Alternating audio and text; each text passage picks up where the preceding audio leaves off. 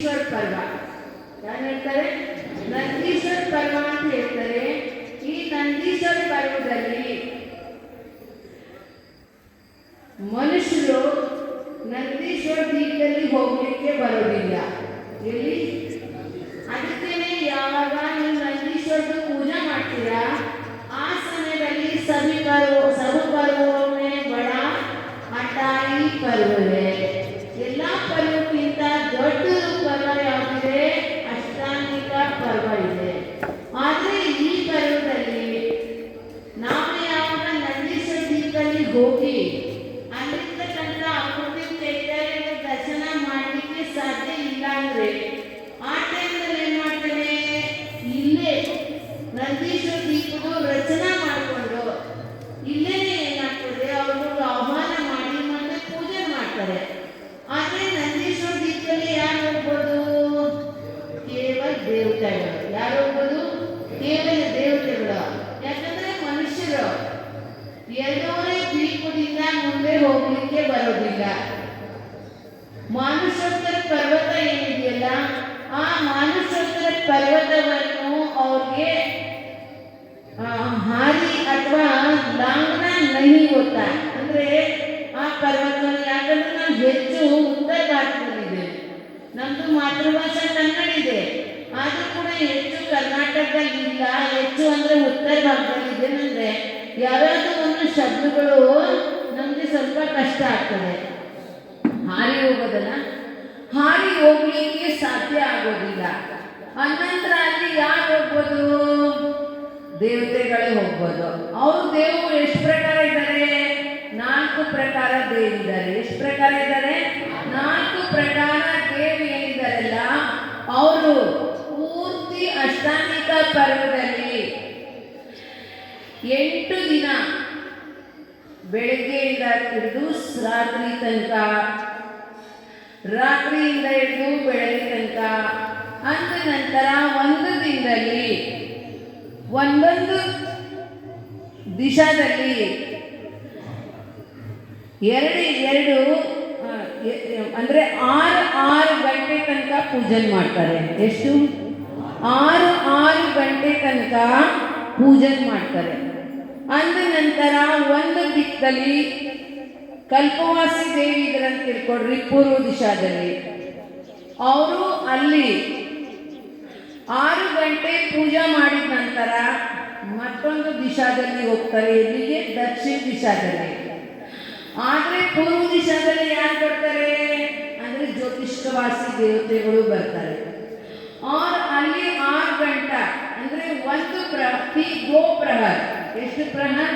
2 ಪ್ರಹರ್. 2 ಪ್ರಹರ್ ಅಂದ್ರೆ ಒಂದು ಪ್ರಹರ್ 3 ಗಂಟೆಗಿದೆ. ಅಂದ ನಂತರ ಆ 2 ಪ್ರಹರ್ ಅವರು ಪೂಜೆ ಮಾಡ್ತಾರೆ. ಅದಾದ ನಂತರ ಒಂದೊಂದೇ 4 ದಿಕ್ಕಿನಲ್ಲಿ 8 ಪ್ರಹರ್. ಒಂದಿಂದ ಎಷ್ಟು ಪ್ರಹರ್ ಇದೆ? 8 ಪ್ರಹರ್ ಇದೆ. ಅಂದ ನಂತರ ಮತ್ತೆ ನಾಳೆ ಬೆಳಿಗ್ಗೆ ವಾಪಸ್ ಪೂರ್ವ ದಿಕ್ಕದಲ್ಲೇ ಬರ್ತಾರೆ. ಇದೇ ಪ್ರಕಾರ 8 ದಿನ ತನಕ ಅವರು ಒಂದು ಸಮಯನೂ ಕೂಡ ವೇಸ್ಟ್ ಮಾಡೋದಿಲ್ಲ. ಅಲ್ಲಿರ್ತಕ್ಕಂಥ ಅಕೃತ್ರಿಮ ಚೈತ್ಯಾಲಯಗಳ ವಂದನೆಯನ್ನು ಮಾಡ್ತಾರೆ. ಆದರೆ ನಾವು ಅಲ್ಲಿ ಹೋಗ್ಲಿಕ್ಕೆ ಯಾಕೆ ಬರೋದಿಲ್ಲ? ಅಕಸ್ಮಾತ್ ಯಾರಾದರೂ ಮನಸ್ಸು ಮಾಡಿದ್ರು ನಾನು ಬೇಕಾದಾಗಿ ಹೋಗ್ತೇನೆ, ಯಾಕಂದ್ರೆ ನಾನು ವಿದ್ಯಾಧರ ಇದ್ದೇನೆ, ಯಾಕಂದ್ರೆ ಚಾರಣದಾರಿ ಮನೆಗಳು ಸಮಯದೃಷ್ಟಿಗಳಿರ್ತಾರೆ, ಅವೇನು ಹೋಗ್ಲಿಕ್ಕೆ ಪ್ರಯತ್ನ ಮಾಡೋದಿಲ್ಲ. ಆದರೆ ವಿದ್ಯಾಧರ ಏನಿದ್ದಾರಲ್ಲ ಅವ್ರು ತಿಳ್ಕೊತಾರೆ ನಮ್ಮ ವಿದ್ಯಾಗಳ ಮಾಧ್ಯಮದಿಂದ ಅಲ್ಲಿ ನಾವು ಹೋಗ್ಬೇಕು ಅಂತ ಹೇಳ್ತಾರೆ. ಇದೇ ಅಷ್ಟಾಂಗಿಕ ಪರ್ವದಲ್ಲಿ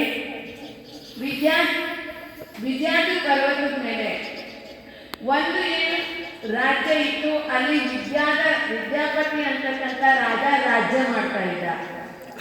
ಅವನ ಹೆಂಡತಿ ಹೆಸರು ಸೋಮ ಅಂತ ಇತ್ತು.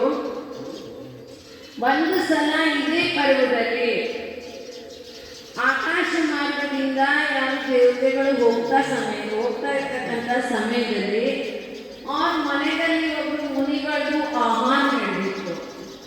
ಆ ಟೈಮ್ದಲ್ಲಿ ಅವ್ರ ಮುನಿಗಳ ಆಹಾರ ಆದ ನಂತರ ಅವ್ರು ಹೇಳ್ತಾರೆ, ಈ ದೇವತೆ ಇರ್ತಕ್ಕಂಥ ಆ ಶಬ್ದ ನಮಗೆ ಕೇಳಿ ಬಂತು. ಅವ್ರು ಯಾವ ಕಡೆ ಹೋಗ್ತಾ ಇದ್ದಾರೆ? ಅವ್ರು ಹೇಳಿದ್ರು ಅವ್ರು ನಂದೀಶ್ವರ ದ್ವೀಪದಲ್ಲಿ ಹೋಗ್ತಾ ಇದ್ದಾರೆ. ನಂದೀಶ್ವರ ದ್ವೀಪದಲ್ಲಿ ಹೋಗಿ ಅಲ್ಲಿರ್ತಕ್ಕಂಥ 52 ಮಂದಿರಗಳ ಪೂಜೆಗಳನ್ನ ಮಾಡಿಕೊಂಡು ಅಷ್ಟಾನಿಕ ಮುಗಿದ ನಂತರ ಅಲ್ಲಿಂದ ಬರ್ತಾರೆ.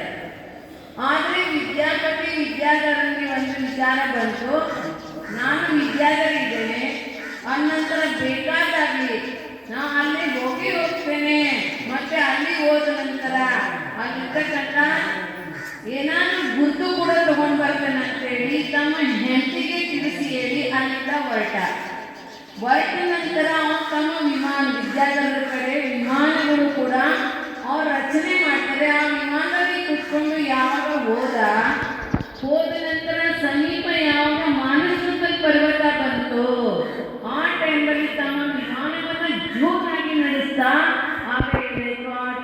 ವಿಮಾನ ಆ ಮಾನಸೋತ್ತರ ಪರ್ವತಕ್ಕೆ ಡಿಕ್ಕಿ ಹೊಡಿತು. ಅದಾದ ನಂತರ ಅವನ ಅಲ್ಲಿಗೆ ಸತ್ತ ನಂತರ ಅವ್ರ ಭಾವನೆ ಏನಿತ್ತು, ಮೊದಲು ನಂದೀಶ್ವರ ದ್ವೀಪದಲ್ಲಿ ಹೋಗಬೇಕು ಅಂತ ಅವ್ರ ಭಾವನೆ ಇತ್ತು.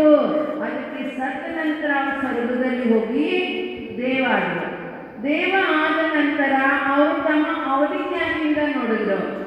ಯಾಕಂದ್ರೆ ದೇವ್ ಇರಲಿ ಅಥವಾ ನಾರಕಿ ಇರಲಿ, ಅವ್ರಿಗೆ ನಿಯಮದಿಂದ ಅವಧಿಜ್ಞಾನ ಆಗ್ತದೆ. ತತ್ವಾರ್ಥ ಸೂತ್ರದಲ್ಲಿ ಮೊದಲನೇ ಅಧ್ಯಾಯದಲ್ಲಿ 20ನೇ ನಂಬರ್ ಸೂತ್ರದಲ್ಲಿ ಉಮಾಸ್ವಾಮಿ ಆಚಾರ್ಯಗಳು ಹೇಳಿದ್ದಾರೆ, ಭವ ಪ್ರತ್ಯಯ ವಧಿಸ್ತೇವ ನಾರಕಾಣ. ಭವದ ನಿಮಿತ್ತದಿಂದ ಆಗ್ತಕ್ಕಂಥ ಅವಧಿಜ್ಞಾನಕ್ಕೆ ಭವ ನಿಮಿತ್ತ ಅವಧಿಜ್ಞಾನ ಅಂತ ಹೇಳ್ತಾರೆ. ಅದು ಭವ ಪ್ರತ್ಯಯ. ಆ ಗತಿಯಲ್ಲಿ ಅವ್ರಿಗೆ ಎಷ್ಟು ಕ್ಷಲ್ಪ ಸಮಯ ಇರ್ತದೆ, ಅದಕ್ಕನುಸಾರವಾಗಿ ಅವ್ರಿಗೆ ಅವಧಿಜ್ಞಾನ ಆಗ್ತದೆ. ಅದ ನಂತರ ಅವನು ತಮ್ಮ ಅವಧಿಜ್ಞಾನ ನೋಡಿದ್ರು, ನಾನು ಇದಕ್ಕಿಂತ ಮೊದಲು ಎಲ್ಲಿದೆ ಅವನಿಗೆ ಅನ್ನಿಸ್ತು, ಇಂಥ ಕ್ಷೇತ್ರದಲ್ಲಿ ನಾನು ವಿದ್ಯಾಪತಿ ಅಂತಕ್ಕಂಥ ವಿದ್ಯಾಧರ ಇದ್ದೆ. ನಾ ಚೈತ್ಯಾಲಯ ದರ್ಶನ ಸಲುವಾಗಿ ನಂದೀಶ್ವರ ದ್ವೀಪದಲ್ಲಿ ಹೋಗ್ತಾ ಇದ್ದೆ. ಆದರೆ ಮಾನಸೋತ್ತರ ಪರ್ವತದ ಠಕ್ರಾವದಿಂದ ನಾ ಸತ್ತೇ ನಂತರ ನಾವು ದೇವಾಗಿದೆ. ಆಗ ಅವನೇನು ಮಾಡ್ದ, ಅಲ್ಲಿಂದ ನಂದೀಶ್ವರದಲ್ಲಿ ಹೋದ್ರೆ ಎಲ್ಲದಕ್ಕಿಂತ ಮೊದಲು ಎಲ್ಲಿ ಹೋದ್ರೆ ನಂದೀಶ್ವರ ದ್ವೀಪದಲ್ಲಿ ಹೋಗಿ ಅಲ್ಲಿರ್ತಕ್ಕಂಥ ಎಲ್ಲ ಚೈತ್ಯಾಲಯಗಳು ದರ್ಶನ ವಂದನ ಎಲ್ಲ ಮಾಡಿಕೊಂಡು ಮತ್ತೆ ಅಲ್ಲಿಂದ ಹೊರಟು ಬರಬೇಕಾದ್ರೆ ಅವ್ರಿಗೆ ವಿಚಾರ ಆಗ್ತದೆ, ನಮ್ಮ ಹೆಂಡತಿಗೆ ನಾನು ಹೇಳಿ ಬಂದಿದ್ದೇನೆ, ಅಂದ ನಂತರ ನಾನು ಆಕೆ ಕಡೆ ಹೋಗ್ತೇನೆ. ಹೋಗೋಕ್ಕಿಂತ ಮೊದಲು ಯಾಕಂದ್ರೆ ದೇವ್ ಏನಿದ್ದಾರಲ್ಲ ಅವರಲ್ಲಿ ವಿಕ್ರಿಯ ಇರ್ತದೆ. ಏನಿರ್ತದೆ? ವಿಕ್ರಿಯ. ಅಂದ ನಂತರ ಅವ್ರು ತಮ್ಮ ವಿಕ್ರಿಯಾದ ಮೂಲಕ ಮೊದಲು ವಿದ್ಯಾಪತಿ ಅವಸ್ಥಾದಲ್ಲಿ ಅವನು ಹೆಂಗೆ ಶರೀರ ಇತ್ತು ಅದೇ ರೂಪ ಅವರು ಧಾರಣೆ ಮಾಡಿದ್ರು. ಧಾರಣೆ ಮಾಡಿಕೊಂಡು ತಮ್ಮ ಪತ್ನಿ ಸೋಮಾ ಕಡೆ ಹೋದ್ರು. ಹೋದ ನಂತರ ಹೇಳ್ತಾರೆ, ನೋಡು ನಾನು ಅಲ್ಲಿಂದ ಈ ಗುರುತುಗಳು ತಗೊಂಡು ಬಂದಿದ್ದೇನೆ, ನಾನು ಅಲ್ಲಿ ನಂದೀಶ್ವರ ದ್ವೀಪದಲ್ಲಿ ಹೋಗಿ ಅಲ್ಲಿರ್ತಕ್ಕಂಥ ಚೈತ್ಯಾಲಯಗಳೆಲ್ಲ ನಾವು ವಂದನ ಮಾಡಿದೆ, ದರ್ಶನ ಮಾಡಿದೆ. ಅದಾದ ನಂತರ ಅಲ್ಲಿಂದು ಗುರುತು ನಾನು ತಗೊಂಡು ಬಂದಿದ್ದೇನೆ ಅಂತ ಹೇಳಿ. ಆದರೆ ಸೋಮರಾಣಿ ಏನಿದ್ದು ಅವ್ರ ಶುದ್ಧ ಸಮ್ಯ ದೃಷ್ಟಿ ಇದ್ಲು. ಏನಿದ್ದು? ಯಾಕಂದ್ರೆ ಮುನಿಗಳ ವಚನ ಯಾವಾಗಲೂ ಕೂಡ ಸುಳ್ಳಾಗೋದಿಲ್ಲ. ಮುನಿಗಳು ಸತ್ಯವನ್ನೇ ನುಡಿತಾರೆ. ಅದ್ರ ಸಲುವಾಗಿ ಅವ್ರು ಹೇಳಿದ್ರು, ನೀವು ಸುಳ್ಳು ಹೇಳ್ತಾ ಇದ್ದೀರಾ, ನೀವು ಹೋಗಿಲ್ಲ. ಅಕಸ್ಮಾತ್ ಹೋಗಿದ್ರೆ ಕೂಡ ಈ ಪರ್ಯಾಯದಿಂದ ನೀವು ಹೋಗಿಲ್ಲ. ಯಾಕಂದ್ರೆ ಅಲ್ಲಿ ಮನುಷ್ಯರು ಹೋಗ್ಲಿಕ್ಕೆ ಬರೋದಿಲ್ಲ. ಅನಂತರ ಮನುಷ್ಯರು ಎಲ್ಲಿ ತನಕ ಹೋಗ್ಬೋದು? ಮಾನಸೋತ್ತರ ಪರ್ವತದಿಂದ ಒಳಗಡೆ ತನಕನೇ ಅಷ್ಟೇ, ಅಲ್ಲಿಂದ ಮುಂದೆ ಹೋಗ್ಲಿಕ್ಕೆ ಬರೋದಿಲ್ಲ. ಆ ಟೈಮ್ನಲ್ಲಿ ಅವರಲ್ಲಿರ್ತಕ್ಕಂಥ ಶ್ರದ್ಧೆಯನ್ನು ನೋಡಿಕೊಂಡು ಆಗ ವಿದ್ಯಾಪತಿ ವಿದ್ಯಾಧರ ಜೀವ ಏನಿತ್ತಲ್ಲ ಅದು ತಮ್ಮ ರೂಪವನ್ನು ಮತ್ತೆ ತೋರಿಸ್ತಾ, ನಾನು ಇಲ್ಲಿಂದ ಹೊರಟೆ, ಆದರೆ ಮಾನಸೋತ್ತರ ಪರ್ವತದ ಯಾವ ಡಿಗ್ಗಿ ಹೊಡೆದು ಅಲ್ಲಿ ನಾನು ಸತ್ತ ನಂತರ ಸ್ವರ್ಗದಲ್ಲಿ ದೇವಾದೆ, ಮತ್ತೆ ನಾನು ಅಲ್ಲಿ ಹೋಗಿ ಬಂದೆ ಅಂತ ಹೇಳೋದು ತಾತ್ಪರ್ಯ ಏನೈತಂದ್ರೆ ನಾವೀಗ ಎಲ್ಲಿದ್ದೇವೆ? ಮಧ್ಯಲೋಕದಲ್ಲಿದ್ದೇವೆ. ಎಲ್ಲಿದೆ ನಾವು? ಮಧ್ಯಲೋಕದಲ್ಲಿದ್ದೇವೆ. ಮಧ್ಯಲೋಕದಲ್ಲಿದ್ದರೂ ಕೂಡ ಮನುಷ್ಯರು ಇರ್ತಕ್ಕಂಥ ಜಾಗ ಬಹಳ ಕಡಿಮೆ. ಯಾಕಂದ್ರೆ ಮಧ್ಯಲೋಕ ಒಂದು ರಜ್ಜು ವಿಸ್ತಾರ ಇದೆ. ಎಷ್ಟು? ಒಂದು ರಜ್ಜು ವಿಸ್ತಾರ ಇದೆ. ಆದರೂ ಕೂಡ ಅದರೊಳಗೆ ಕೇವಲ 45 ಲಕ್ಷ ಯೋಜನೆ ತನಕ ಅಷ್ಟೇ ಮನುಷ್ಯರುಗಳ ಆವಾಗಮನ ಆಗ್ತದೆ. ಅಲ್ಲಿಂದ ಮುಂದೆ ಯಾರಿಗೆ ಹೋಗ್ಲಿಕ್ಕೆ ಬರೋದಿಲ್ಲ, ಮತ್ತೆ ಆ ಕಡೆ ಯಾರು ಹೋಗೋದು ಇಲ್ಲ. ಅಲ್ಲಿ ಆ ಕಡೆ ಹೊರಗಡೆ ಯಾರು ಮನುಷ್ಯರು ಇಲ್ಲ. ಅಂದ ನಂತರ ನೀವು ವಿಚಾರ ಮಾಡ್ರಿ, ನಾವು ನಮ್ಮ ಭರತ ಕ್ಷೇತ್ರದಲ್ಲಿ ಇರ್ತಕ್ಕಂಥ ಅಕೃತ ಚೈತ್ಯಾಲಯಕ್ಕೂ ಕೂಡ ದರ್ಶನ ಮಾಡಲಿಕ್ಕೆ ವರ್ತಮಾನದಲ್ಲಿ ನಮ್ಮಲ್ಲಿ ಸಾಧ್ಯ ಇಲ್ಲ.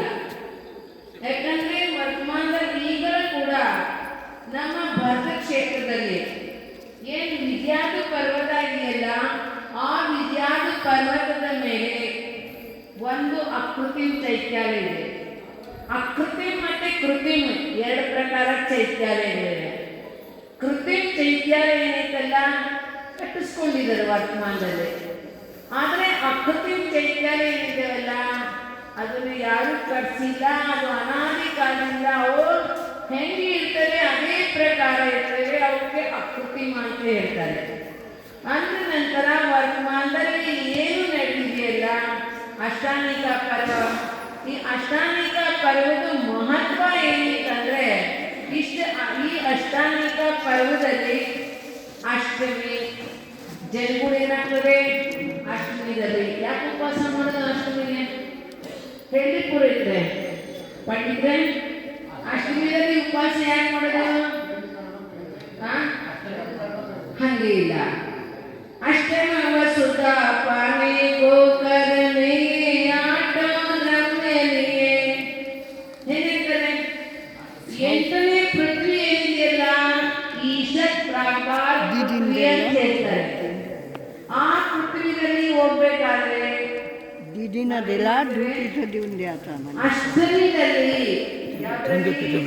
ಅಷ್ಟಮಿದಲ್ಲಿ ಉಪವಾಸ ಆದಿಗಳನ್ನ ಮಾಡ್ತಾರೆ. ಆದ್ರೆ ಪಂಚಮಿದಲ್ಲಿ ಕೂಡ ಕೆಲವರು ಉಪವಾಸ ಮಾಡ್ತಾರೆ. ಪಂಚಮಿದಲ್ಲಿ ಉಪವಾಸ ಮಾಡ್ಲಿಕ್ಕೆ ಏನು ಕಾರಣ ಅಂದ್ರೆ ಗತಿಗಳು ಎಷ್ಟಿದೆ? 4. ಆದ್ರೆ 5ನೇ ಗತಿ ಯಾವುದು?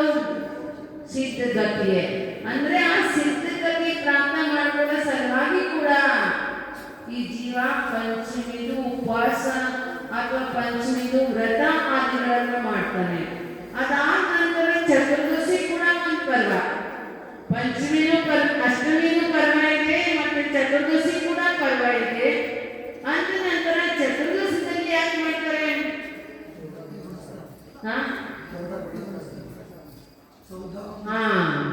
ಮನೆ ಗುಣಸ್ಥಾನಕ್ಕೆ ಎಷ್ಟು?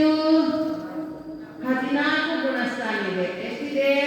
14 ಗುಣಸ್ಥಾನಗಳಿವೆ. ಗುಣಸ್ಥಾನ ಯಾವುದು ಅಂತಾರೆ?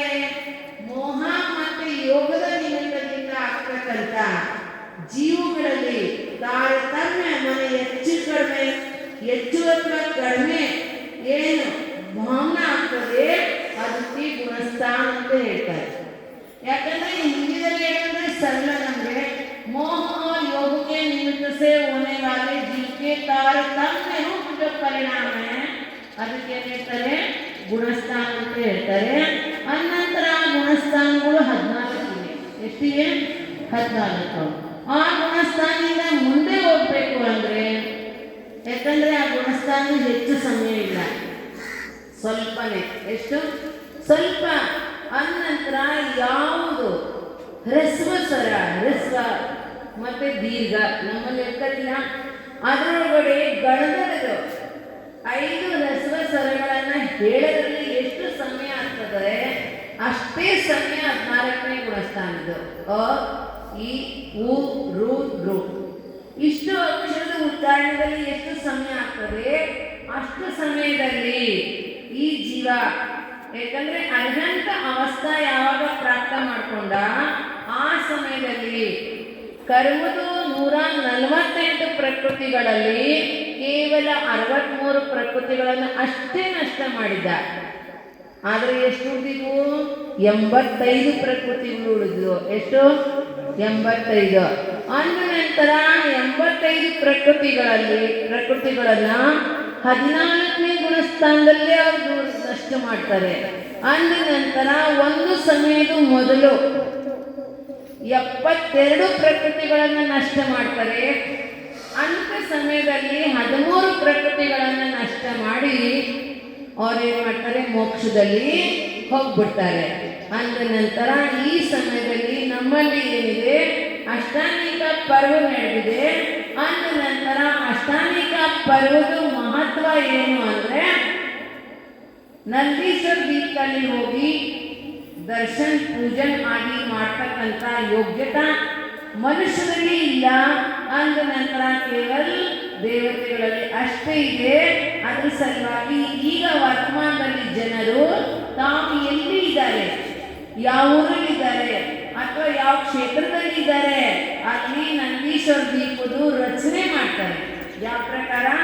ರಂಗೋಲಿದಲ್ಲಿ ಅಥವಾ ಅಕ್ಕಿ ಅಥವಾ ಧಾನ್ಯ ಆದಿಗಳಲ್ಲಿ ನಂದೀಶ್ವರ ದೀಪದ್ದು. ಯಾಕಂದ್ರೆ ನಾವಿರ್ತಕ್ಕಂಥ ಏನು ದೀಪ ಇದೆಯಲ್ಲ, ಇದ್ರ ಹೆಸರೇನು? ಜಂಬೂ ದೀಪ. ಹೆಸರೇನು? ಜಂಬೂ ದೀಪ. ದೀಪ ಯಾವುದು ಕೇಳ್ತಾರೆ? ಏನ ದೀಪ ಈ ಶಬ್ದ ಬರ್ತದೆ. ಆದ್ರೆ ನೀವು ಸ್ಕೂಲ್ ಕಾಲೇಜಲ್ಲಿ ಓದಿದ್ರಂದ್ರೆ ಗೊತ್ತಾಗ್ತದೆ. ದೀಪ ಯಾವುದು ಕೇಳ್ತಾರೆ? ಸುತ್ತಲೂ ನೀರಿಟ್ಟು ಮಧ್ಯದಲ್ಲಿ ಏನು ಭೂಮಿ ಇರ್ತದೆ, ಅದಕ್ಕೆ ಏನಿರ್ತಾರೆ? ದೀಪ ಅಂತ ಇರ್ತಾರೆ. ಅದೇ ಪ್ರಕಾರ ನಮ್ಮ ಜಂಬೂ ದೀಪದ 4 ಕಡೆ ಲವಣ ಸಮುದ್ರ ಇದೆ. ಏನಿದೆ? ಲವಣ ಸಮುದ್ರ ಇದೆ. ಅದಾದ ನಂತರ ದಾಟಕಿ ಕಂಡ ದೀಪ, ಮತ್ತೆ ಕಾಲೋದರಿ ಸಮುದ್ರ, ಮತ್ತೆ ಪುಷ್ಕರಾಂತ ದೀಪ. ಅದಾದ ನಂತರ ಕಾಲೋದರಿ ಸಮುದ್ರ ಆಯಿತು. ಕಾಲೋದರಿ ಸಮುದ್ರದ ನಂತರ ಅಲ್ಲಿ ಮಾನಸೋತ್ತರ ಪರ್ವತ ಬರ್ತದೆ. ಅದಾದ ನಂತರ ವಾರಣಿವರ ದ್ವೀಪ, ವಾರಣಿವರ ಸಮುದ್ರ. ಅದಾದ ನಂತರ ಕ್ಷೀರವರ ಸಮುದ್ರ, ಮತ್ತೆ ಕ್ಷೀರವರ ದ್ವೀಪ, ಕ್ಷೀರವರ ಸಮುದ್ರ, ಘೃತವರ ದ್ವೀಪ, ಘೃತವರ ಸಮುದ್ರ, ದಧಿವರ ದ್ವೀಪ, ದಧಿವರ ಸಮುದ್ರ. ಅನಂತರ 8ನೇದು ಯಾವ್ದ? ನಂದೀಶ್ವರ ದ್ವೀಪ ಬರ್ತದೆ. ಆದ್ರೆ ನಮ್ಮ ಮಧ್ಯ ಲೋಕ ಎಷ್ಟಿದೆ ಅಂದ್ರೆ, ಒಂದು ರಜ್ಜು ಪ್ರಮಾಣದಲ್ಲಿ ನೀವು ತಿಳ್ಕೊಳ್ರಿ, ಅರ್ಧ ರಜ್ಜುದಲ್ಲಿ, ಎಷ್ಟರಲ್ಲಿ?